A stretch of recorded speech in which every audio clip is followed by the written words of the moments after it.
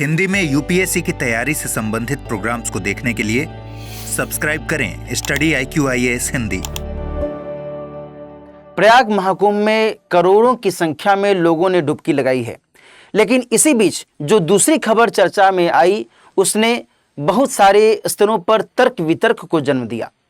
इस चर्चा में ये बातें निकलकर सामने आने लगी कि जो केंद्रीय प्रदूषण नियंत्रण बोर्ड है उसने बताया कि गंगा जल में जो वहाँ पर गंगा जल की उपस्थिति है प्रयाग में अलग अलग स्तरों पर अलग अलग घाटों में, वहाँ पर ये देखा गया कि भाई जो फेकल कॉलीफॉर्म है जो कि एक प्रकार का बैक्टीरिया होता है जो कि मानव और जानवरों के अपशिष्ट में पाया जाता है, उसकी उपस्थिति बहुत ज़्यादा थी और इससे आम जनता को नुकसान हो सकता है।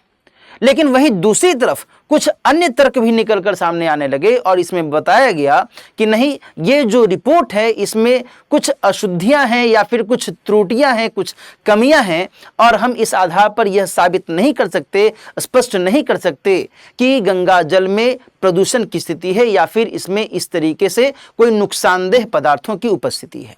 और इसी संदर्भ में यूपी सरकार के द्वारा एक कोट किया गया, एक वैज्ञानिक के मंतव्य को एक वैज्ञानिक के द्वारा दिए गई जो जानकारी है उसे कोट करते हुए बताया गया कि जो महाकुंभ में जिस तरीके से गंगा जल का लोग इस्तेमाल कर रहे हैं, गंगा जल में लोग नहा रहे हैं, वह पूरी तरीके से शुद्ध है, इसमें कोई दिक्कत वाली बात नहीं है। और इसी संदर्भ में एक जाने माने जो वैज्ञानिक है श्री अजय कुमार सोनकर, वो पद्मश्री पुरस्कार से सम्मानित व्यक्ति हैं और उन्होंने भी इस संदर्भ में अपना मंतव्य दिया और कहा कि देखिए ऐसा कुछ भी नहीं है, बल्कि जो गंगा जल में बैक्टीरियोफेज होता है जो अपने आप में बहुत ही महत्वपूर्ण विषाणु के तौर पर जाना जाता है, इसके माध्यम से गंगा जल में खुद को शुद्ध करने की क्षमता होती है और इस आधार पर यह कहा नहीं जा सकता कि इसमें किसी भी स्तर की कोई अशुद्धता है। दोस्तों, आज की इस चर्चा में हम लोग इन्हीं पहलुओं पर थोड़ा विस्तार से बातचीत करेंगे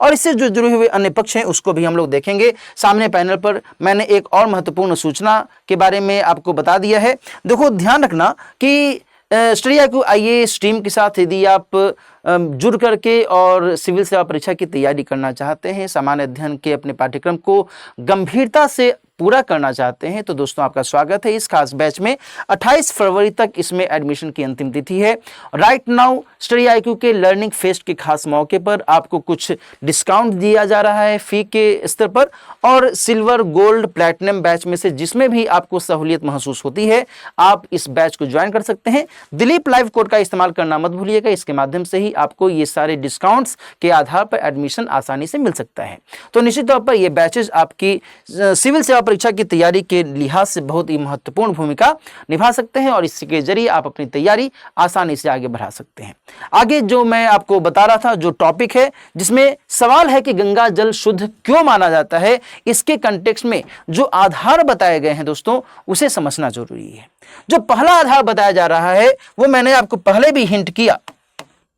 कि जो 1100 के आसपास बैक्टीरियोफेज की उपस्थिति होती है गंगा जल में, वो इसके शुद्धता के बहुत बड़े प्रमाण माने जाते हैं। अब ये बैक्टीरियोफेज क्या है, इनके बारे में जानकारी मिलती है कि ये एक प्रकार के विषाणु होते हैं और जो गंगा गोमुख से निकलती है, गंगोत्री से निकलती है, उसी के संदर्भ में बताया जाता है कि दरअसल वहां पर का जो नेचुरल स्ट्रक्चर है वो इस तरीके का है कि वहां पर जो हिमालयन परमाफ्रॉस्ट हैं उन्हीं परमाफ्रॉस्ट में इन बैक्टीरियोफेजेस की उत्पत्ति होती है और इसी ओरिजिन से गंगा जल भी ओरिजिनेट होती है। तो ये जो बैक्टीरियोफेज होते हैं ये गंगा जल में ऑटोमेटिकली विद्यमान होते हैं, जो कि जीवाणु होते हैं, जो हानिकारक जीवाणु होते हैं उनको समाप्त करने में बहुत बड़ी भूमिका निभाते हैं, है ना। इनका नाम ही है बैक्टीरियोफेज, यानी कि जो कीटाणु है, जो जीवाणु है, उनको ये समाप्त कर देते हैं, उनको ये निगल जाते हैं, खत्म कर देते हैं, विनष्ट कर देते हैं। Getting my point. तो यहां पर ये एक बहुत ही महत्वपूर्ण फैक्टर है जो कि ध्यान में रखने की आवश्यकता है। इसके अलावा इसमें जीवाणुओं के 50 गुना तेजी से मार देने की क्षमता होती है इस बैक्टीरियोफेज की उपस्थिति के कारण। साथ ही गंगा जल में जो डिजॉल्व्ड ऑक्सीजन की मात्रा है वो भी बहुत ही हायर क्वांटिटी में होती है और इस लिहाज से भी जो इसका जल है वो अपने आप में बहुत अधिक महत्वपूर्ण माना जाता है।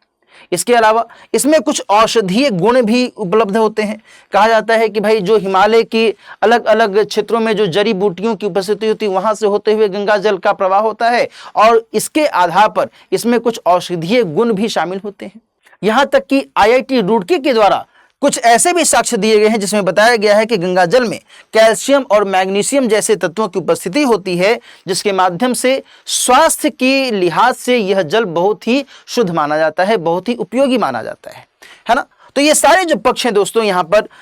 स्पष्ट तौर पर दिखता है। और इसी के संदर्भ में जो यहाँ पर एक कंटेक्स्ट उभरा उसमें यह बताया गया कि केंद्रीय प्रदूषण नियंत्रण बोर्ड ने अपनी रिपोर्ट में बताया कि 13 जनवरी को जब महाकुंभ शुरू हुआ था तब संगम पर नदी के जल की जो जैविक ऑक्सीजन डिमांड थी, यानी कि बायोकेमिकल ऑक्सीजन डिमांड जिसे हम लोग कह देते हैं, वह 3.94 मिलीग्राम प्रति लीटर थी। ध्यान रखिएगा कि जो BOD होना चाहिए, यदि 3 मिलीग्राम प्रति लीटर से कम होता है BOD जैविक ऑक्सीजन डिमांड, तब फिर वह जो जल होता है वह यूज करने लायक होता है, उसमें लोग स्नान कर सकते हैं, गंगा स्नान किया जा सकता है, कोई इसमें दिक्कत वाली बात नहीं होती है। वहीं मकर संक्रांति के दिन का जो डाटा दिया गया उसमें बताया गया कि 2.28 मिलीग्राम प्रति लीटर इसकी स्थिति रही। वहीं 15 जनवरी को इसकी स्थिति 1 मिलीग्राम प्रति लीटर हो गई। Getting my point. वहीं 24 जनवरी को यह बढ़ करके 4.08 मिलीग्राम प्रति लीटर हो गया और मौनी अमावस्या यानी 29 जनवरी को यह 3.26 मिलीग्राम प्रति लीटर दर्ज किया गया। ठीक है जी। यहां पर जो बात हो रही है BOD की, जैविक ऑक्सीजन डिमांड की जो बात हो रही है, इसका मतलब क्या होता है? देखो, जैविक ऑक्सीजन डिमांड का मतलब यह हुआ कि जो गंगा जल में या फिर जल में, सामान्य तौर पर जल में भी जो डिजॉल्व्ड ऑक्सीजन है या फिर ऑक्सीजन की जो आवश्यकता होती है कार्बनिक पदार्थों को तोड़ने के लिए, समाप्त करने के लिए, जाहिर सी बात है कि यदि गंदगी ज़्यादा है तो ऑक्सीजन की डिमांड ज़्यादा होगी ताकि हम उस गंदगी को ज़्यादा से ज़्यादा मात्रा में समाप्त कर सकें। यदि गंदगी कम है तो ऑक्सीजन की डिमांड कम होगी, सिंपल सी बात है। तो वैसे ही यहां पर जो BOD है, इसका मतलब है कि पानी में कार्बनिक पदार्थों को तोड़ने के लिए जो एरोबिक माइक्रोब्स होते हैं, जो एरोबिक सूक्ष्मजीव होते हैं, उनके द्वारा आवश्यक ऑक्सीजन की मात्रा,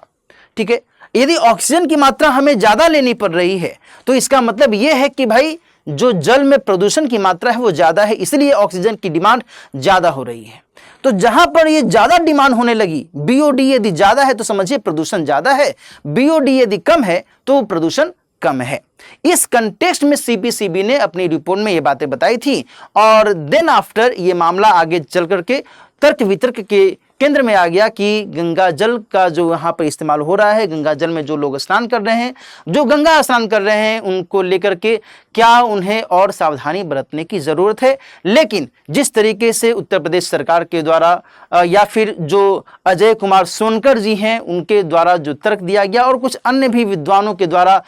अभी हाल के समय में पक्ष रखा गया है, उसमें यही बताया जा रहा है कि ऐसा नहीं है। गंगा जल में इतनी क्षमता है कि वह खुद से ही अपने आप को प्योर कर सकती है और ये जो क्षमता है ये बैक्टीरियोफेज की उपस्थिति के कारण है, जो अन्य नदियों के तुलना में कहीं अधिक प्रभावी तरीके से अपना रोल निभा सकती है और गंगा जल को शुद्धता प्रदान कर सकती है। ठीक है, तो ये सारे पक्ष दोस्तों यहाँ पर ध्यान में रखने की आवश्यकता है और इस माध्यम से जो गंगा जल की शुद्धता है, इसके पीछे की जो वजहें हैं वो हम लोगों ने देखी, जो वर्तमान में तर्क वितर्क की स्थितियां रही उसको हम लोगों ने देखा और अब हम लोग इस चर्चा को यहीं पर विराम देंगे। एक बार फिर से मैं आपको बता दूं कि यदि आप सिविल सेवा परीक्षा की तैयारी कर रहे हैं और आप चाहते हैं कि बहुत ही बेहतर तरीके से सिविल सेवा परीक्षा में GS के संपूर्ण पाठ्यक्रम को पूरा करें, उस पर कमांड हासिल करें, तो आपका स्वागत है इस खास बैच में। 28 फरवरी को इसमें एडमिशन की अंतिम तिथि निर्धारित की गई है और यदि आप इसमें एडमिशन लेना चाहते हैं तो दिलीप लाइव कोड का इस्तेमाल कीजिए। इसके माध्यम से सिल्वर, गोल्ड या फिर प्लैटिनम बैच में से जिसमें भी आपको सहूलियत महसूस होती है उसके माध्यम से आप एडमिशन लीजिए और अपनी सिविल सेवा परीक्षा की तैयारी को और शानदार तरीके से आगे बढ़ाइए। मिलते हैं फिर किसी और टॉपिक के साथ, अपना ख्याल रखिए। All the best. हिंदी में UPSC की तैयारी से संबंधित प्रोग्राम्स को देखने के लिए सब्सक्राइब करें स्टडी IQ IAS हिंदी।